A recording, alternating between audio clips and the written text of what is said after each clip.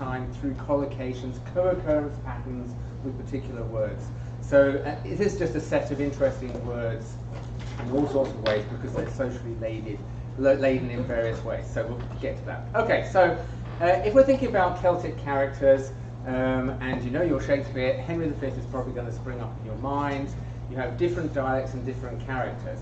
And so this slide is capturing the traditional picture of what you'll find. You have a Welsh character, Captain Llewellyn. You have some, I'm not going to go through it in detail because this is the old traditional stuff.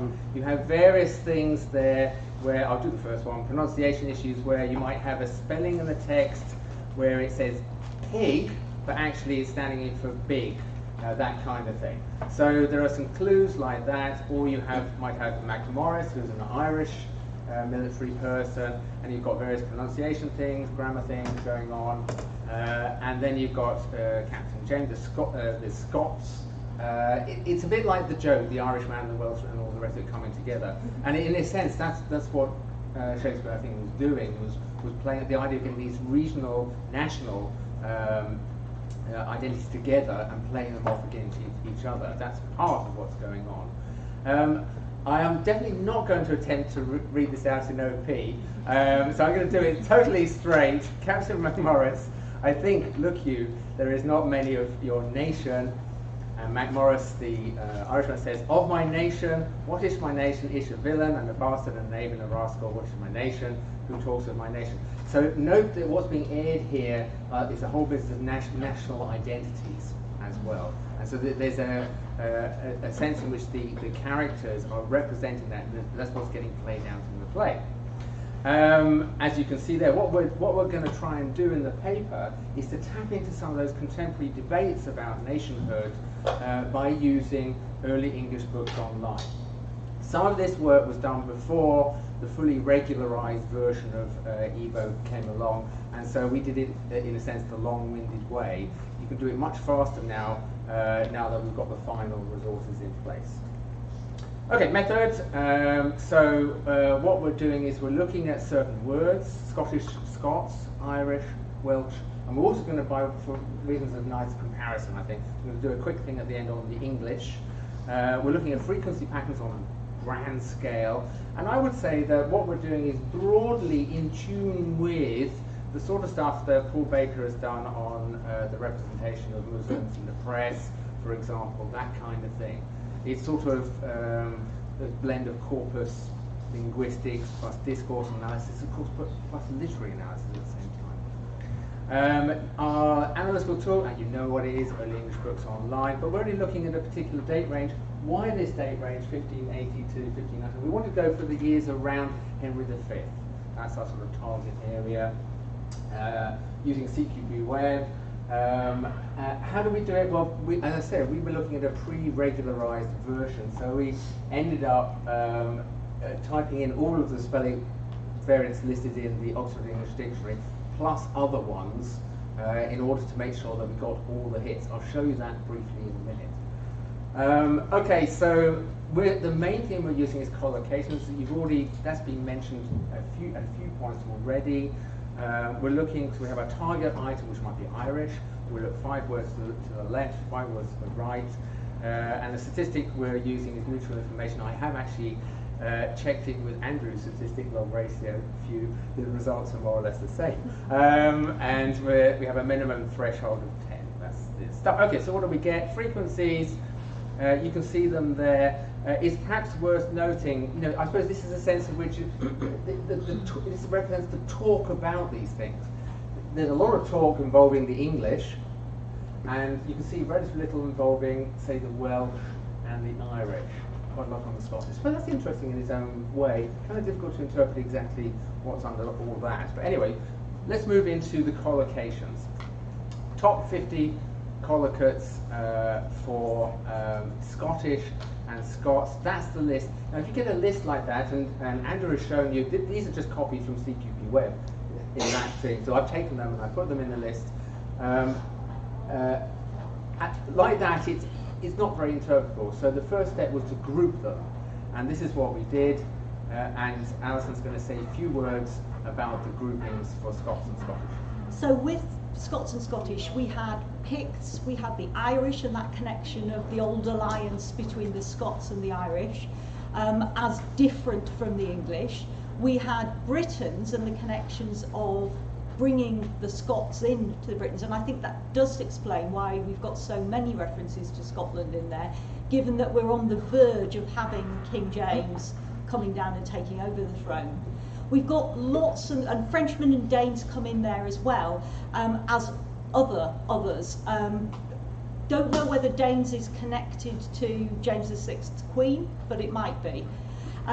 Scottish kings and queens and nobles is another really strong group that we get linked to the words Scots and Scottish. So a real sense that this is the upper classes of Scotland that we're getting. There are quite a lot of words linked into kind of negative or hostile words. So we get Scots invadeth or invading, the Scots being discomforted, the idea of borders, and the ideas of Scots being chased. And that's very much there in Henry V, where Henry V says the weasel Scot you've got to be ware of if you go and attack France, because you want to be absolutely sure that your kingdom is not going to be invaded from the north. So there's a sense of hesitancy and fear, I would say, about the Scots, or caution certainly about the Scots, that is coming in there too. And that may be to do with the English population not knowing what's going to be like under James as it was under Elizabeth. The results for Scottish also link up to a different history. So chronicles are a good collocate of Scots, and writers. That idea of a different cultural world associated with Scots and Scottish. The Scots linked with all those other things, but have this greater emphasis on political power. So as notions of nations, nobility, and ambassadors linked to notions of Scottishness, and notions of religion. So you get a sense of a different kind of religion. So the word Scottish communion is different from English communion. And that was a surprise, really, finding that out from the collocates. So Irish, well, these are the collocates again. So we group them, and so into discussion. This was in the second ranked position at in our list. And this was like what we were hearing earlier on about unexpected results. What don't you know? How did we know that Rug was going to be a top collocate of Irish? All the criticism on Henry V and the soldiers, all the criticism on the Irish suggests that the Irish are brutal and terrible and all. So to get Rug as your second top collocate was remarkable. And notice it's a good Irish Rug, from one of the references there from Eliot talking about it, quite close to Henry V. So even though the Irish are hostile and quite dangerous due to Tyrone rebellion, we've also got the notion that they can produce good Irish rugs at the same time. So that was a surprise. However, the majority of them are negative in terms. So we've got things like savage and wild as collocates, notions of being uncivilized. We've got the ideas of wars, of enemies, and the idea of against associated with the Irish. Very, very much to do with Tyrone's rebellion and the English forces, the Earl of Essex in particular, trying to put this down and squash the Irish rebellions here. One that appears, so rebels comes up as a top collocate. We've also got the word mere, and this was again one that is more complicated than it looks. It actually means pure from Anglo-Saxon, the very old word, and in Holinshed's Chronicles, that's where it comes from. We've got a lot of examples from Holinshed's Chronicles, and mere appears in Stanished's revision of it, talking about the Irish, and he distinguishes the Irish here, and he says that the Irish who live within the English Pale and who differ nothing from the ancient customs and dispositions of their progenitors, the English and the Welshmen, they're okay. But the other Irish, the wild Irish, the mere Irish, the purebred Irish, that are commonly called the wild Irish or the mere Irish. And beginning there, the word mere begins to pick up in early modern English a pejorative sense, whereas before it had been pure Just at this time, it's beginning to get those pejorative associations of only, not as important as. So that in itself was something interesting. It's associated with the groups Scots, Scottish and the English, so the English against the Scots rebels, to do with the notion of being suppressed, and the idea of a nation, an independent nation, and an independent language and culture. So tongue, language, speak and called. So that idea that when MacMorris says, what is my nation, is a villain and a bastard and a knave and a rascal, that talks about my nation. So that idea of speaking differently comes out very, very strongly in the associations with Irishness. So Welsh set here, and actually I'm going to talk about these. I should reveal something about myself. My second name is Vaughan, so I am partly Welsh, so that's why Alison thought it would be better for me to talk about these. Okay, there are fewer thematic groups because remember from the earlier slide there aren't so many hits for Welsh, so it's difficult actually to find a range of clusters. You see the association. Interestingly, the associated groups for the Welsh are the Englishmen. The Welsh are an in-group. They're okay. They're in the club.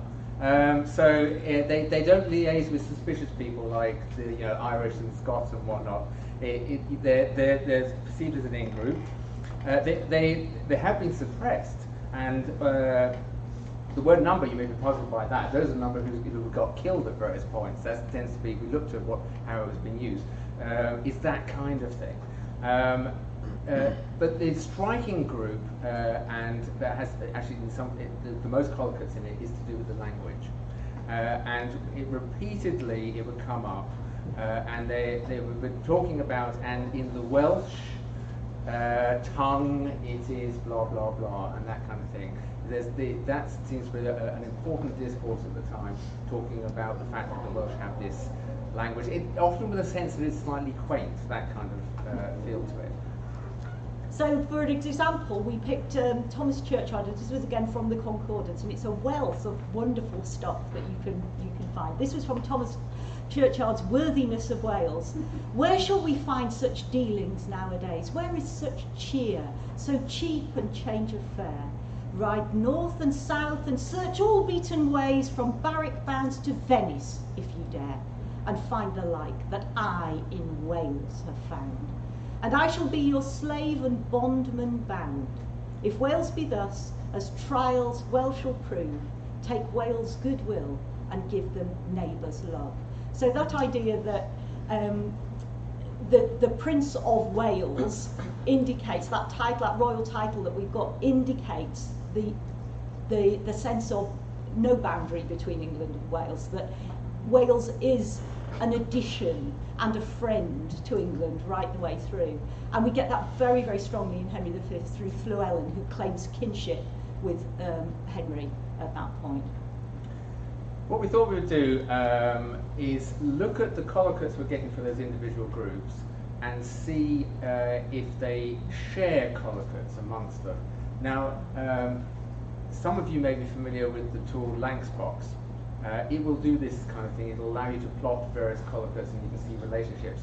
Langsbox would fall over if we fed all the millions of words that we're looking at here. There's millions of minutes. It wouldn't work. But CQB Web does. That's one, Andrew. But what we have to do is, so we looked at our list and we looked at things that share. So when we in the collocates for Scottish, Irish and Welsh, they share Englishmen. There's an association there.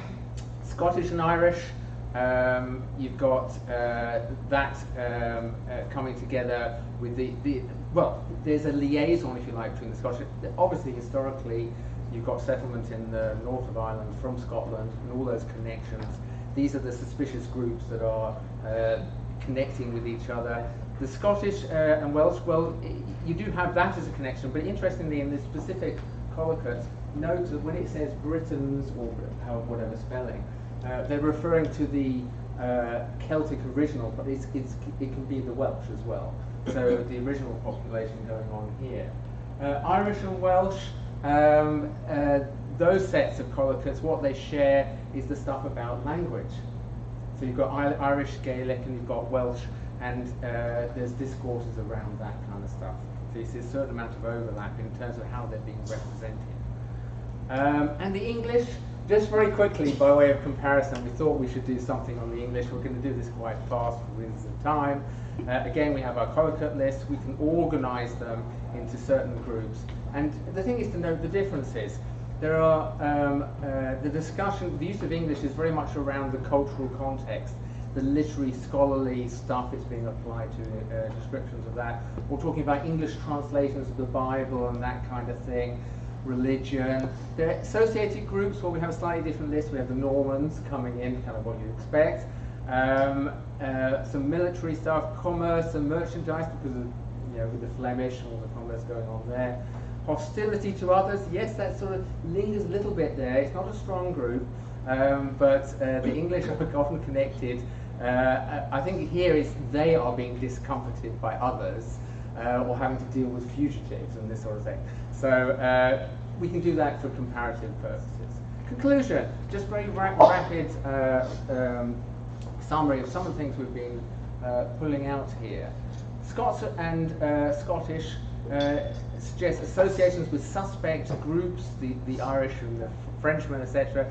Hostility, strong political power, royal lineage and religion. Irish, of some economic value. They're being exploited as a colony, perhaps, and so the rug. Strong negative attitudes, savage, associations with suspect groups. The Scots, suppressed political power and distinct language. Welsh, often just a linguistic curiosity, but very much an in-group nation, and the suppression of the Welsh comes up. The English is the scholarly cultural stuff, English translations, religion, associated groups, Normans, commerce, and hostility to others. And we thought we would conclude with this general point, because we mentioned the relationship with Henry V.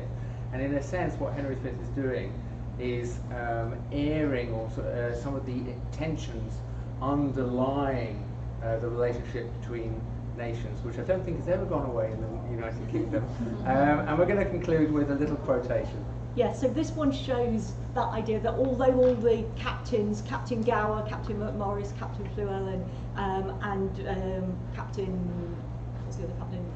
Captain McMorris, Captain Llewellyn, Captain Gower, Captain Jamie, the Scots captain. Yes, although they are supposedly united against the French, quotations like that, they're always arguing with each other, and quotations like John Harvey's from 1588, so a little bit before Henry V, really bring out that sense of conflict between the different elements. England, thy country betrays thee, as each other hates thee. The Scots encroacheth, the Frenchman gapes for advantage. Wales threatens kindness, that's as much as Wales can do. Wild Irish lurks in ambush. Behold thy captains dispatched all on a sudden, and ruin huddled up when thou least think of a mischief. Peace fostered for a time shall finally prove to be feigned, which breaking unawares shall bring on grievuser horror. So that idea of division within the supposed unity of Great Britain that's been constructed in the play is brought out in other texts rather than just in Henry V. And that's it.